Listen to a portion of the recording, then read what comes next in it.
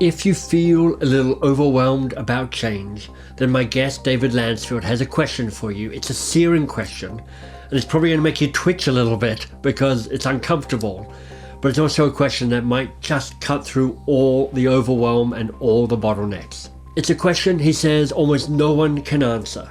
And the question is, what are your 3 core decisions? That question cuts through bottlenecks, it empowers your team, and it makes a really strong connection to strategy. In this conversation, David's going to make you feel a little awkward around the language you use around change. He's going to think about how you manage your key relationships, and he's going to help you connect to being more strategic. So, are you ready for some uncomfortable coaching?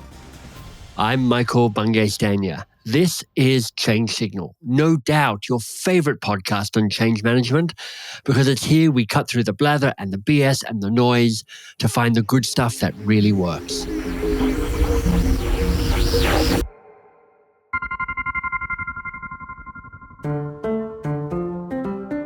Now, on this podcast, I'm looking for great ideas and great stories. That's the good stuff that really works. And it means I'm talking mostly to 2 different types of people, either those who've codified a key insight or an approach, so an author most likely, or a practitioner who's right there trying to make change happen. People tend to be one or the other, but not so David Lancefield. He's been a senior partner at a big consultancy, worked in more than 30 different countries with many different organizations. He's written many practical articles for HBR. He really is a wonderful author. He's run and sponsored change projects, and he works now with senior leaders, helping them make their strategies smarter and doable. So in other words, this man has calluses on his hands. He has dirt under his nails. He's got a big brain. He's a catalyst. He's a strategist. He's a coach. And I know this is going to be a terrific conversation. So David, welcome. Thank you. Well, that's a very kind introduction. Even if you weren't British, this would be a slightly awkward question for anyone. But when you look back on what you've done and how you show up now, what's your particular gift as a consultant and coach? Yeah, it took me a long time to figure it out. I really like, and I think I'm pretty good at going from really big picture stuff, whether it is literally geopolitical shifts or technology advancements or the state of the economy, that level, very quickly down to, okay, what shift or change or leap do you need to make and how are you going to do it at the sort of the behavioral level? I think the big decision makers need to have a very clear view of the future and all the dynamics around it, and then very quickly go, okay, so what am I going to do about it? Yeah. So I think that's one thing I enjoy and I think I'm good at. The other one, if I'm being greedy, would be to say, I can go from heavy emotional stuff, feelings, intuition, fears, with heavy analytics. Got it. Often in the space, I did this earlier today with somebody and he was like, well, yeah, we're going from head to heart stuff. I feel uncomfortable. And I said, well, yeah, are we getting there? He goes, yeah, we are. I'm curious to know how you went about building the capacity for head and heart stuff, because so often you see one, not so much the other when people show up. And it feels like if I'm a change leader, this capacity to hold both these states. I mean, F. Scott Fitzgerald, the mark of a creative mind is holding 2 conflicting ideas at the same time. I feel like it's adjacent to what we're experiencing, which is like holding 2 different states or being in 2 different states in the same time. How have you lent into building that capacity, would you think? I think there's a professional answer and a personal answer. The professional would be, I run really large transformation programs. I hate the word transformation. We'll come back to the change word perhaps later, which I don't like, but I've got a better one perhaps. Without wishing to alienate your audience in the first sort of 5 minutes. I mean, when they go wrong or they stall, you have to take a good hard look at what's some of the blockers. And I found that it's around the mindsets of the people, the wrong incentives, the really granular stuff that goes inside of people. Go, I get it. I think we should do it, but actually it feels too big a jump. Right. I don't feel safe. So that's the professional one, actually through failure. Right. And working out. It's not about all the other elements. I guess the more personal answer, without being too woo-woo, is, I went to a comprehensive school. I had great parents, still alive, still brilliant people. And I think I came from a pretty grounded environment. And I saw my mum, who's 81, still teaches A-level maths, which is sort of 18-year-old maths at 81. Yeah. And she knows everyone in the community. And and my dad treat people, whether they're, the cleaner to the most important people the same way. And I think that really helps me connect with people with a degree of respect. And I think also, a lot of life experience around my son who has brain damage and very disabled, effectively shocked my system to think, yeah, all this professional stuff is important and I love it, but I got to see the world through a different lens with frankly, a touch more humility and compassion than I did before. And I think that there's a blend there, which I think has come together. Look, I want to jump in because this has immediately reminded me of a book that I want to recommend. It's Dan Siegel's book, Mindsight. It's a really smart book, and it's about integration, bringing together different parts of yourself to be more integrated, obviously, but more powerful, more complete. Head and heart is actually one of those integrations, one of the 8 that Siegel talks about. All right, you gave us a hint. Like both change and transformation aren't words that you particularly love. Let them have it. I want you to tell me why those words are tired or wrong or misleading. I mean, why do you kind of twitch when I say them? Whenever I've used them, and whenever I've been on the receiving end of change, there's 2 reactions which are very common. Apathy. Oh, not again. Yeah. Change, that type of reaction. And not just in the big corporates. It could be scale-ups and organizations who think, done it, tried it, hasn't worked, wasn't enjoyable. Or a second one, actually, which is around fear. So you are going to change me. Mm-hmm. It's a very directional, very technocratic, you're going to do something to me. It's like, well, actually, no. And people personalized things much more quickly than you'd think. Right. Okay, am I going to lose my job? Is my role gone? Has my career prospects just disappeared? Far quicker than people recognize. So that's why I don't particularly like it. And I also think that there are some brilliant change people, of course, but there's quite a lot of change people who seem to be completely disconnected from the strategy of the organization and from concepts of value. Like, why does it matter what we're doing? Yeah. And if a change person can't answer the question, okay, so we're doing lots of stuff. We may feel better, maybe more productive. We're getting people together. They're collaborating, and cliche. And you get a little bit of a bump. Things are going a little bit better. You could still be heading in the wrong direction. Right. You could still be waiting for that sort of disruptive shock to happen. And actually, you could be doing things that are actually detrimental to the business in the short term in the aggregate, even though in your little pocket, it sounds pretty good. And you're creating effectively your island, your own island. Is the word transformation any better, or is it just a tired alternative?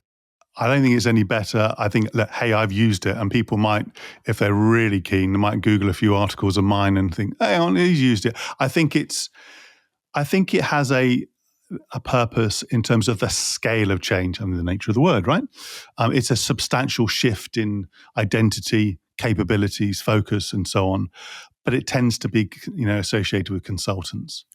And I remember working with one major TV company. And I think I'd probably say, it's Sky in the UK, or European actually, very successful page. And they sort of said, we don't use the word transformation. Why should we go through a big exercise periodically just to sort of wake us up and catch up to the expectations of our customers? Right. We have the mindset. We have a reinvention mindset. So actually, people tend to associate transformation with tired laggards, incumbents who are literally, the sleeping giants that you need to sort of pump prime to stay relevant. So is reinvention the doorway you'd prefer to work through, or is there another? I mean, language matters. Is there language you use around this that you find to be more compelling and less repelling? I tend to use more of words around, that focus on creation, right, rather than change. So it's amazing. If you go into the boardroom, the most senior corridors, the executive room, and you talk about change or other C words like critique or commentary, it's very passive, or it's very, as I say, it creates fear. If you talk about how do we create something, how do we make something, which will involve change. Right. I think it just triggers different. I'm sure a neuro expert would tell me the answer. It triggers different part of the brain, emotions. It's a lean forward moment, and you actually want to start doing stuff. Now, you already know this, dear listener, but this is a great reminder that words really matter. And truthfully, I hadn't really considered the baggage that change and transformation carry. So, what labels do your initiatives have? And how carefully have you chosen them? So, connect, if you can and will, this importance around language. And I love this idea of going, look, we're creating here. That involves stuff that will happen, but creation is the heart of it rather than just change for change's sake. What's the connection here with strategy? So if strategy is about a collection of choices that get you closer to winning, to achieving an ambition, whether it's the organization, the team, the project, whatever it is. So you will have to change aspects of the organization to get there. Right. I guess the positioning would be, but in strategy, you're trying to create something better. You're trying to create a new impact. You're trying to move in a new direction. And so the change can be everything from getting practical here. It could be divesting assets that don't serve you well. It could be creating new capabilities around mining customer data. It could be restructuring the organization to create more space for investment in something else that's new. If you ask the question of how can you trace a line from what you're doing to the strategy of the organization, I think they'd say, well, what is the strategy? What is our contribution to it? And how are the changes, if we can use the word, we're making, increasing our odds, increasing the chances of winning against competitors and serving our customers better? If you can't trace a line to how you serve your customers better, if you can't talk about how you're going to win against the competition, if you can't say how you're going to create a better impact as an organization, what are you doing? What are you doing? What are you doing? But if I'm on the side of the change leaders, more than half the time I'm going, this strategy is not entirely clear. It's a mishmash of half-assed choices, avoided difficult decisions, a piling on in initiatives, a lack of courage to say no to anything, a lack of singular purpose. Teach me, though, about the discipline required to create good strategy.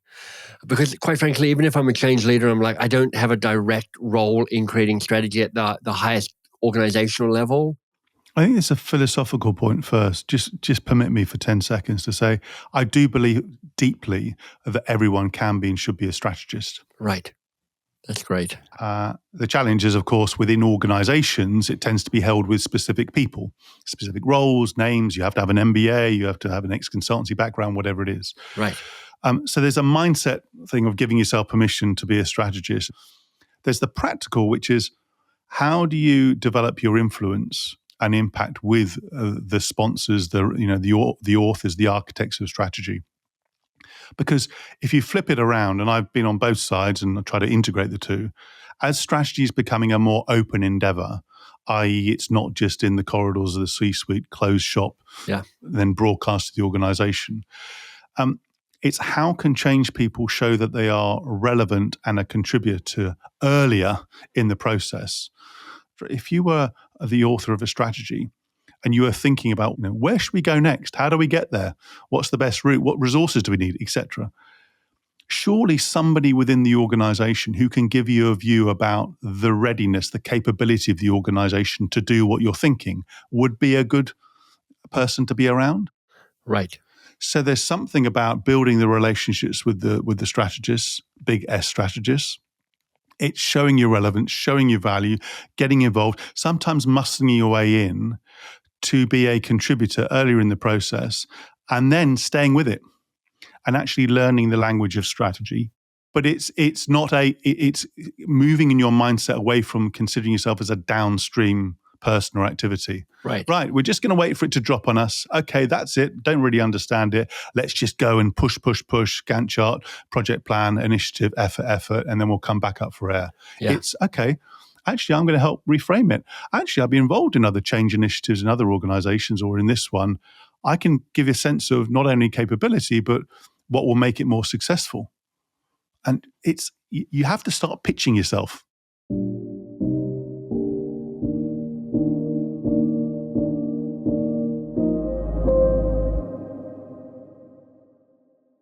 So coach me, David, on how to build my capacity for influence and courage, because that's what you're asking for, the courage to pitch yourself and the skill to, once you get noticed, to have influence in a space where you may not have much direct control.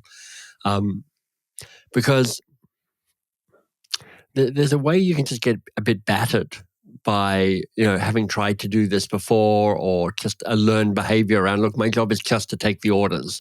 And just, somebody says, do this change project. You're like, great, we've got a project. I'll add it to my other 19 change projects. And you do your best you can. So help me here. If you're working with somebody who's a bit battered, who's lost a bit of confidence, how would you nudge me towards courage? So I think there's an immediate conversation, the proximity conversation with the sponsor, the person you report to, the person who, whether it holds the budget, has the influence. And in a way, it's doing the preparation yourself to look through the lens of the strategist. Nice. So you might be having a catch-up. It might be a steering group. Yeah. And you say, this is what we're planning over the next month. I'm really keen to make sure that we are improving the way we deliver a fantastic experience to our customers, or we improve loyalty, or whatever the customer lens is. Or you might say, I'm really keen that we make a contribution to the shift into new geographic markets that I understand from the bigger strategy. Even if you don't get it completely right, the act of signaling that you have that in the forefront of your mind, I think, will invite a new conversation. Right. And then the follow-up would be a question around, what else can we be doing to make the biggest possible impact to the strategy of our group? And I'm focusing in the local, the group, the person. And I think even the most challenging, mercenary type of sort of sponsor would give somebody the benefit of the doubt if they made the effort and asked the question. Yeah. So that's where I would start. I do love that question. And I've already going to meme it slightly. So correct me when I get it slightly wrong, David. That is, what else can we be doing that would make the biggest difference to the most important part of the strategy? There's something curious and just cleverly strategic about that question in itself, which is like, point me to the most important part of the strategy. Help me see my biggest contribution to that.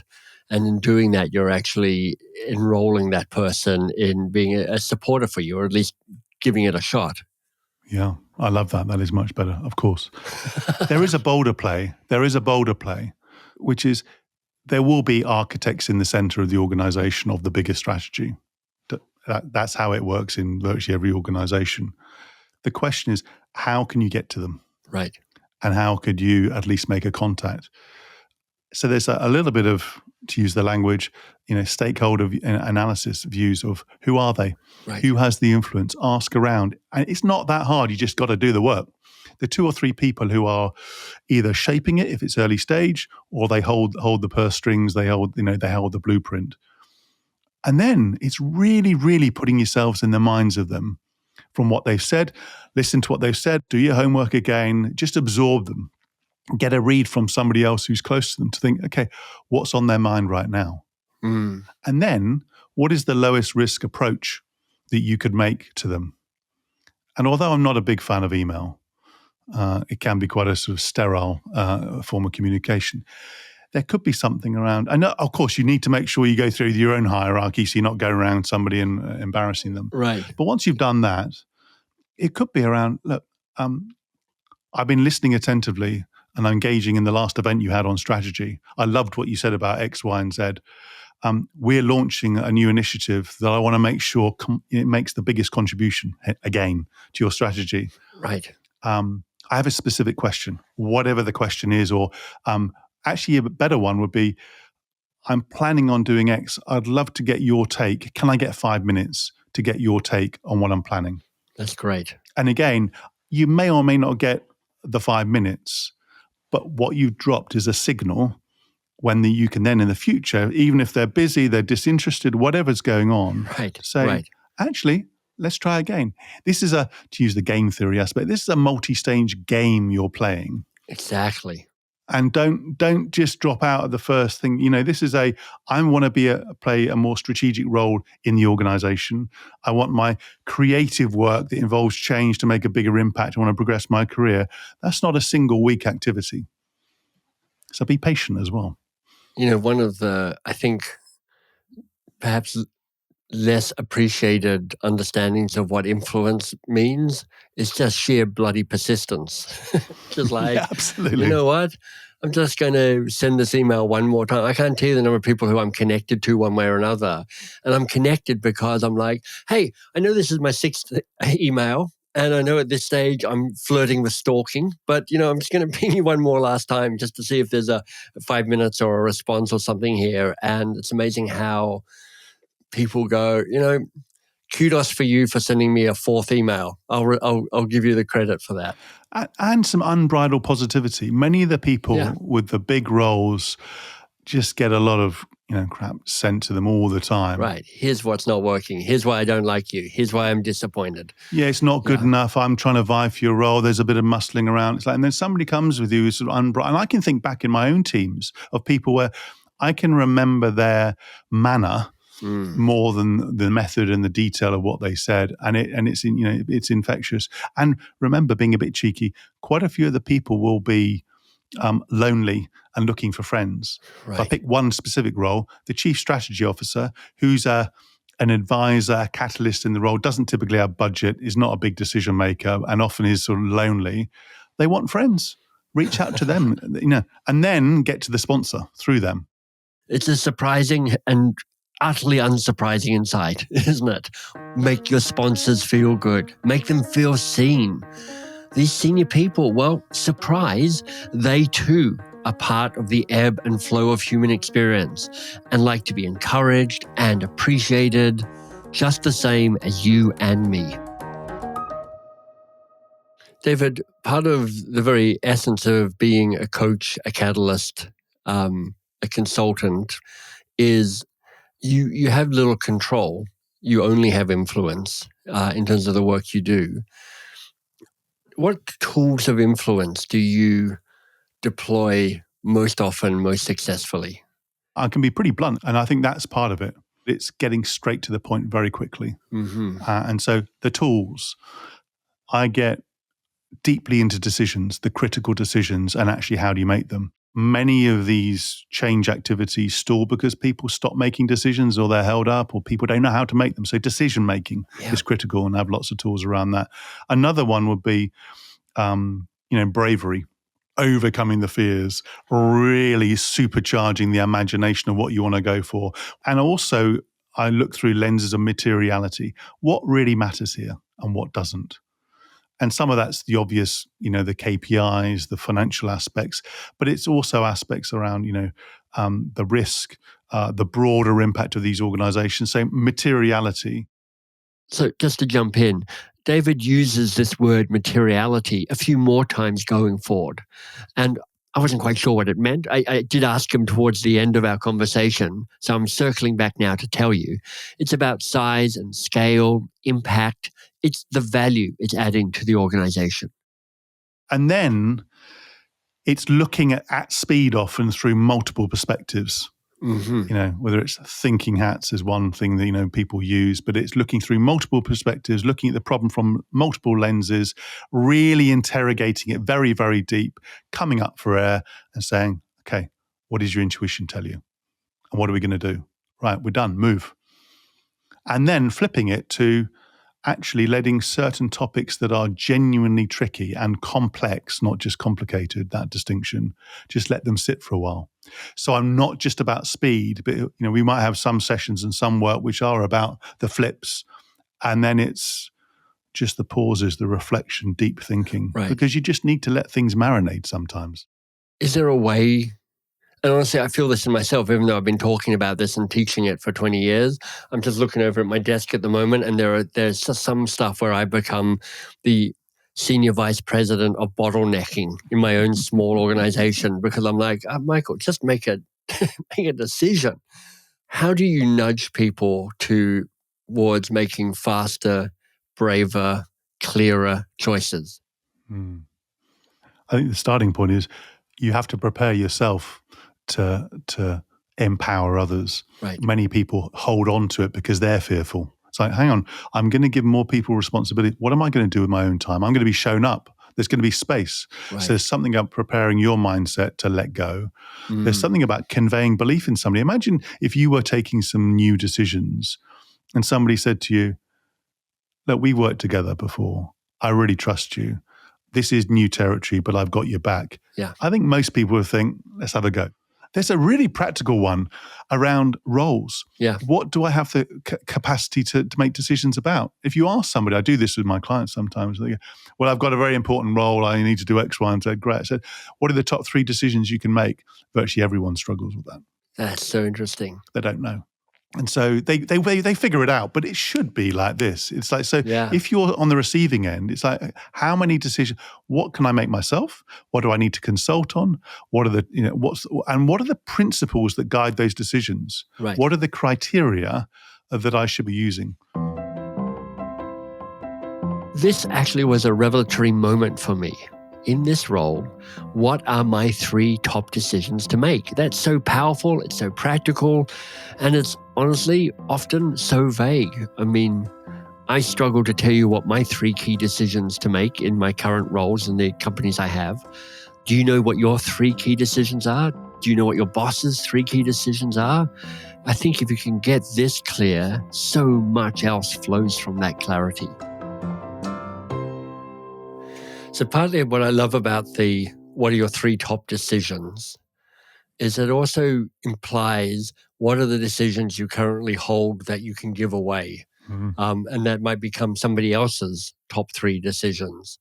So particularly powerful if you're in that senior role and you're like, why is it so hard? Why aren't my people more empowered?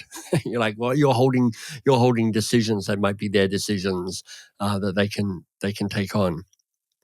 The criteria is really interesting as well, David, because it's true in some organizations, it's explicit or mostly explicit as to what the criteria are in terms of how we make decisions, but not always. Is there a way you can sniff out what unspoken criteria might be so you're more likely to make choice and make decisions in a way that is less likely to get rejected by the system? Yeah. So I think there's something around looking at the most important or recent decisions that have been taken.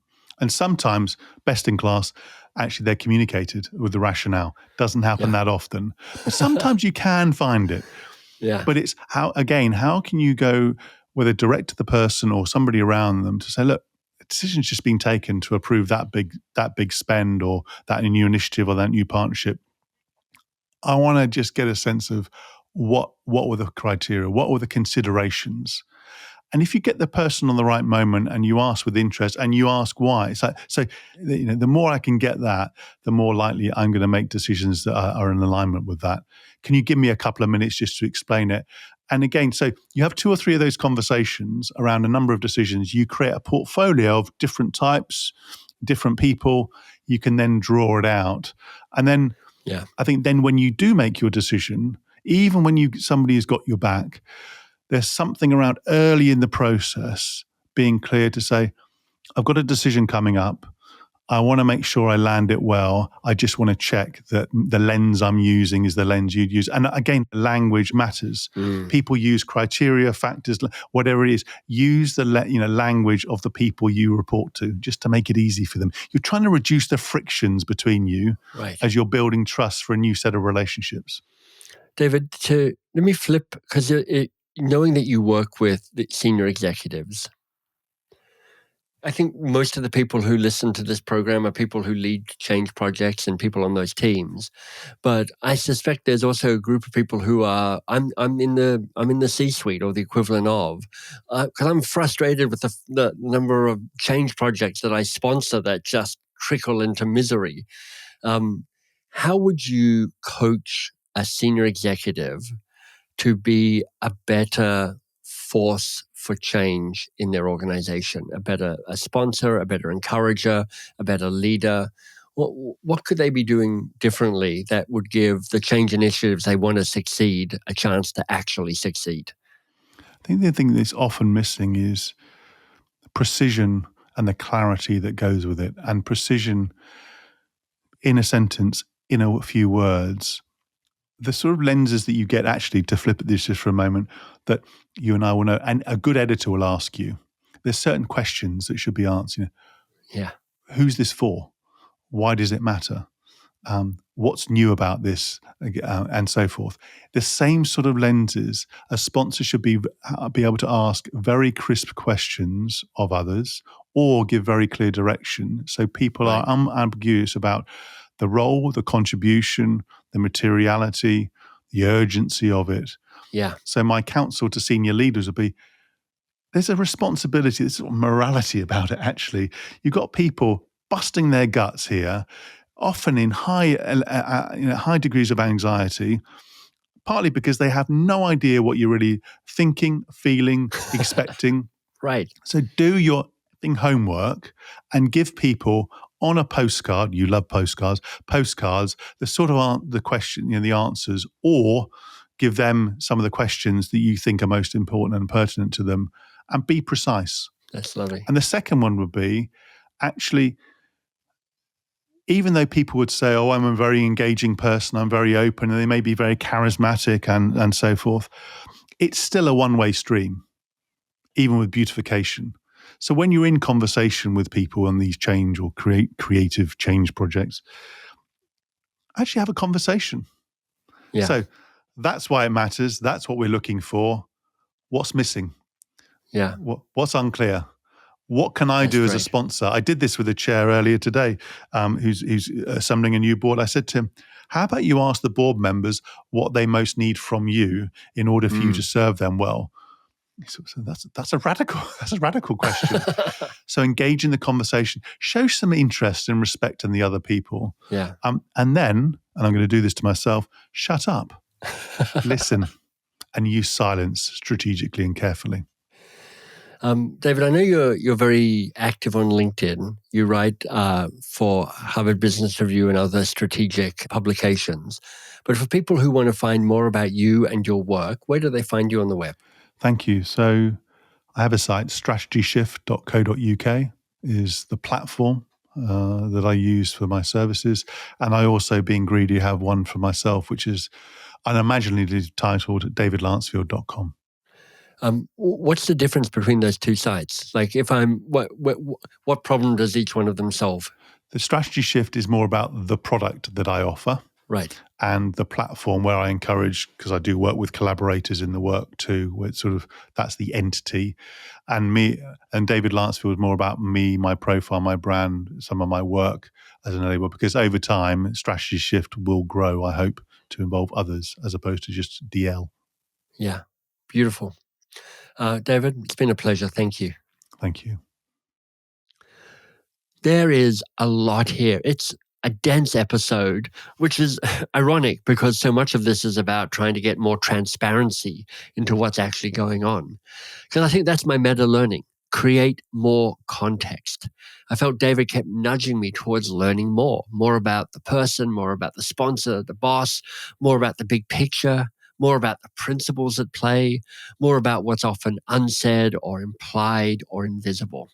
It's like being lifted up so I can see more and understand the landscape or the players better. Or maybe I'm like a wind blowing and kind of clearing the fog away. Now, how do you actually do that? Well, the two things I'm taking from David: stay curious longer. That's number one. And if you know me at all, you know I've been talking about that for 30 years or more. And number two is to have some swagger. Go talk to the people who might hold different perspectives and responsibilities to you. Senior people, most often. Find out what matters to them. Because if you make them successful, you'll be successful. And thank you for making this podcast successful. Now, if you've got feedback for me, email me at podcast@thechangesignal.com. And if you've already given this pod some love, a review, or some stars, well, thank you very much. This helps people like you find it. And that's mostly what I want. Now, if you're not yet signed up for the weekly newsletter, well, honestly, that's nuts. Thechangesignal.com, it's a short, practical newsletter, and it will help you build a powerful repertoire of change questions and the best answers. Thank you. I'm glad you're here.